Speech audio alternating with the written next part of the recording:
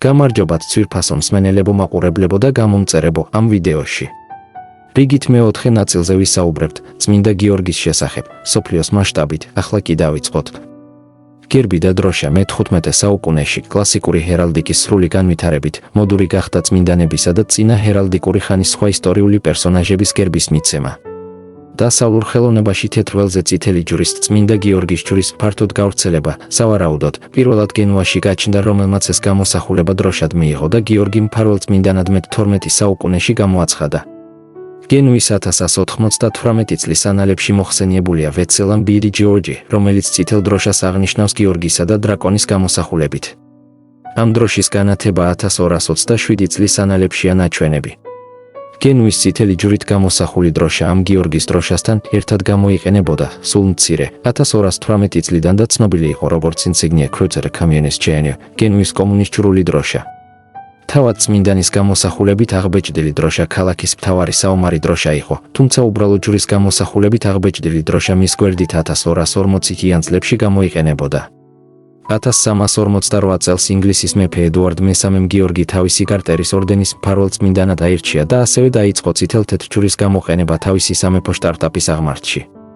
ტერმინი წმინდა გიორგის ჯვარი თავდაპირველად ასოცირდებოდა ნებისმიერ უბრალო ბერძნულ ჯვართან, რომელიც ველის კიდეებს ეხებოდა, არა აუცილებლად წითელი თეთრზე.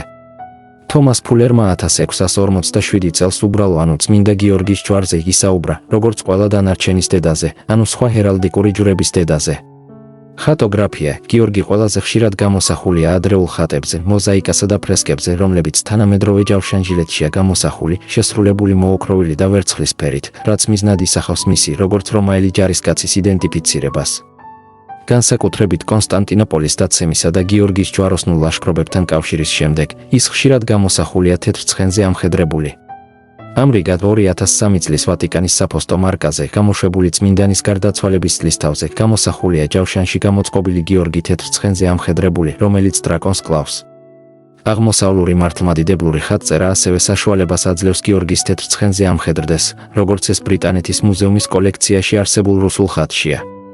სამხრეთ ლიბანის სოფელ მიეხში მელქით კათოლიკეებისთვის განკუთვნილმა წმინდა გიორგის ეკლესიამ 2012 წელს მოძღვარ სასინგრეგუარის ხელმძღვანელობით თავისი 75 წლის იუბილესთვის შეუკვეთა მსოფლიოში ერთადერთი ხატები, რომლებიც ასახავს გიორგის მთელ ცხოვრებას, ასევე მისი წამებისა და მოწამეობრივ სცენებს, დახატულია აღმოსავლური იკონოგრაფიული სტილით. შესაძლოა გიორგი ასევე გამოსახული იყოს წმინდა დემეტრიოსთან ერთად, კიდევ ერთი ადრეული მეომარი წმინდანთან ერთად. როდესაც ორი წმინდანი მეომარი ერთად არის და ცხენებზე ამხედრებული, ისინი შეიძლება მთავარანგელოზების მიქაელისა და გაბრიელის მიწიერ გამოვლინებებს გავდნენ. აღმოსავლური ტრადიციები განასხვავებს მათ, როგორც თეთრ ცხენზე ამხედრებულ გიორგის, ხოლო წითელ ცხენზე ამხედრებულ დემეტრიოს, წითელი პიგმენტი შეიძლება შავი ჩანდეს, თუ ის ბიტუმინირებულია. გიორგის ამოცნობა ასევე შესაძლებელია დრაკონის შუბით გაჭრით, ხოლო დემეტრიოსი შესაძლოა ადამიანის ფიგურას ჭრიდეს, რაც მაქსიმიანეს განასახიერებს. მადლობა ძვირფასო მაყურებლებო მსმენელებო და გამომწერებო, ამით დასრულდა. ისტორია და ცნობები წმინდა გიორგის შესახებ. ეს იყო მეოთხე ნაწილი. გისურვებთ გამძლეობას და სიმამაცეს ამ ცხოვრებაში, გვფარავდეთ მისი უწმინდესობის წმინდა გიორგის წმინდა კეთილი ძალა.